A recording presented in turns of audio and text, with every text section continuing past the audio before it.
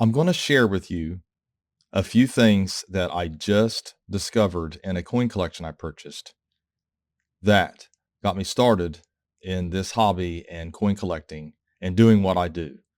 When I ran into these things here, it took me all the way back to the beginning. I mean, it was like a flash. And I was like, I've got to share this.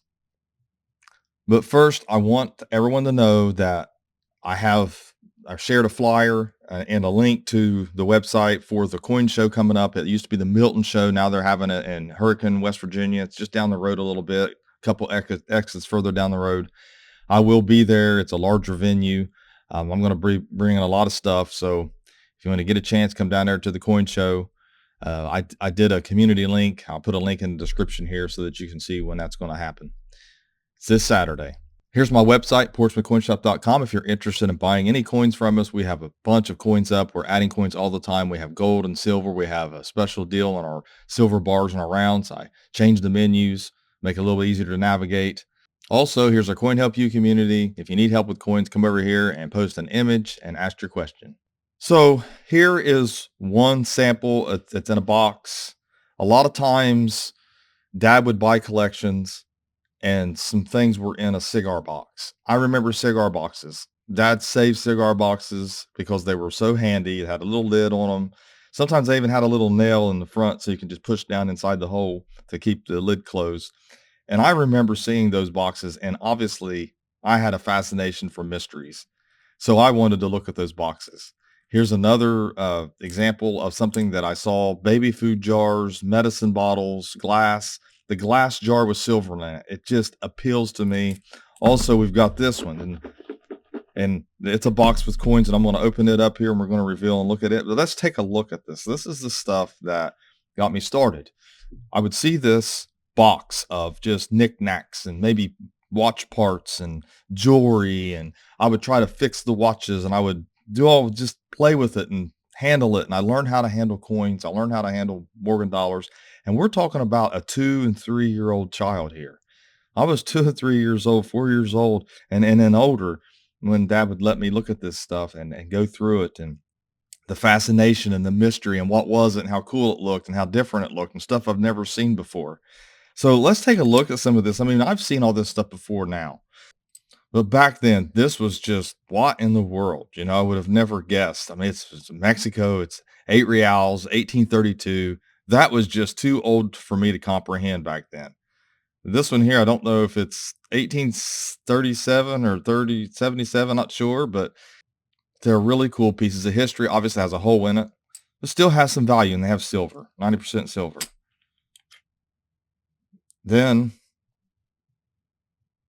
an 1860, it's a Civil War token.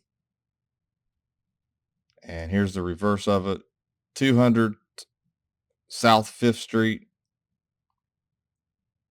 metallic business and business. Okay, metallic business cards. That is just a really cool Civil War token there. 1860. Then a free drink. Oh, here's another token, some type of merchant token, a free drink. This is just the stuff that you would see and try to figure out what it is and how much is it worth. And Dad would try to tell me some history of it, or it'd bring up some memories. And 1885, that's Austria. We have foreign coins and Canada, Canadian 1 cent. Just stuff I've never seen before when I was growing up. And this one here is a classic. Looks like a classic head. And it's a half cent. Barely, but I don't even see a date on that one. Here's another Civil War token, 1863, and it's IOU 1 cent. It's cool. 1865 Hong Kong. And here's a little, just maybe some type of medal, just a little token. Probably came with all the presidents, a little bit something about them. Ask not what your country can do for you. Ask what you can do for your country. A lot of people hardly ask that anymore. They always want the country to do everything for them. Good for one fair. Bust token there. And just some more medals. Roosevelt Garner. It's like a political. So foreign coin. Someone damaged this one here. The Phase mascot. Or it might have been something that was smashed. Huh. Pretty cool. Got another bust token. A couple more. Let's see. These are really cool.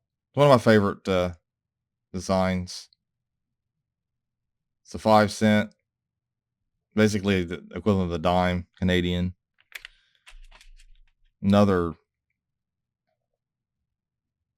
Civil War token. Liberty, 1863. Union. So that'd be a patriotic token there. Then more. Little prayer token there. A few more Canadian silver. And this is a taller. And it's 2 Finninge. I don't pronounce things correctly, but it's 1865. That's kind of a cool little piece right there. I like that. So just little odds and ends in there.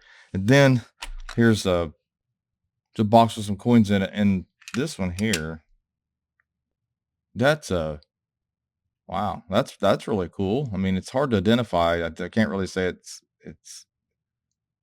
I mean, the date's right there. I can barely see. I don't know if you guys can make it out or not. There's the reverse. It's definitely a Liberty Cap large cent for sure. And with the cap, there's only so many years. So we know it has to be 1796 or prior, but I think that's a 94. So that's 1794. Couldn't tell which variety it is, but I mean, still yet. It's basically what you call basal state.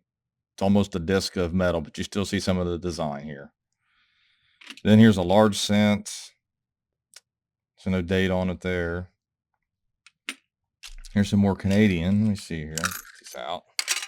And this is the thing. This is just like the mystery. There's a 3-cent silver, 1850. Looks like 59 there. That's cool. There's another one. Let's see the date on that one. Can't see it on that one there. Some more Canadian at 25 cents. And another 5 cents.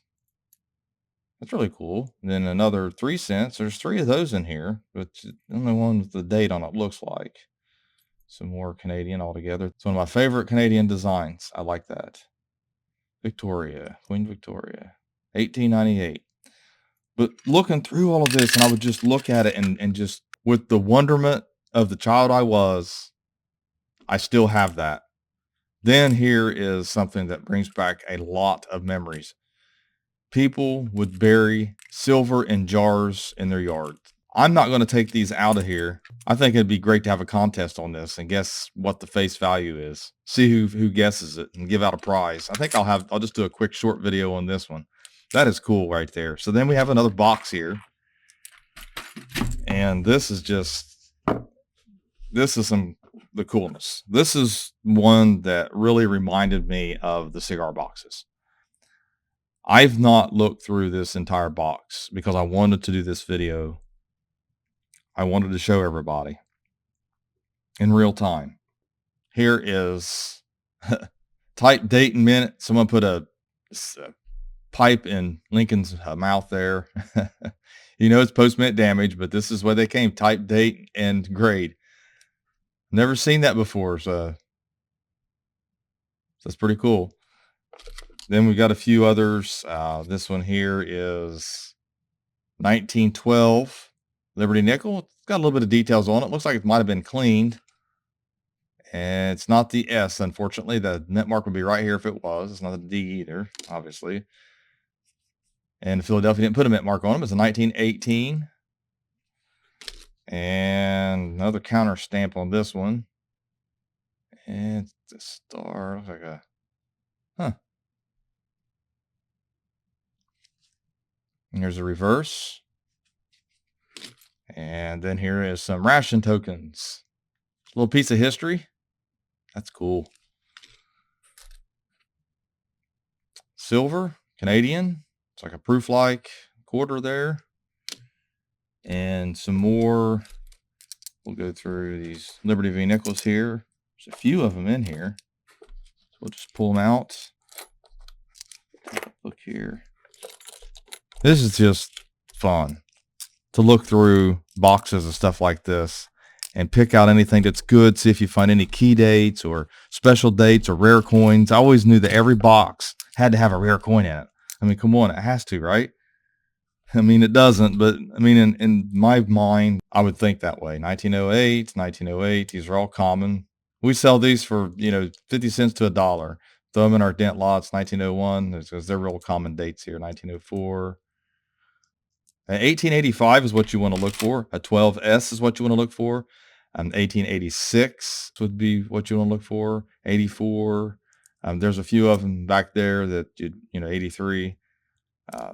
But these are just your real common ones here, it looks like. 99, 1906. And let's see, 1912. No mint mark on it there. And another 1912. No mint mark. Okay, so those are Philadelphia. And then here is something different. It's a necklace. And I don't know. Like I said, I have to see if it's gold or not. I can take a look at that right now and see. I'll have to test it. I think it's probably plated. But anyways, they put hold a seated quarter. I think that the history of it itself this shows this was worn on someone's necklace. This was worn as a necklace. So I'm going to keep it together like this. This will be a good little auction item, I believe. Just keep it together because it's history. I've never actually had a necklace like this where someone had hold it and left it. Usually you just have the coins with the holes. I was told that they were worn on necklaces like that, and maybe even as teethers for kids. Now, like I said, I don't know.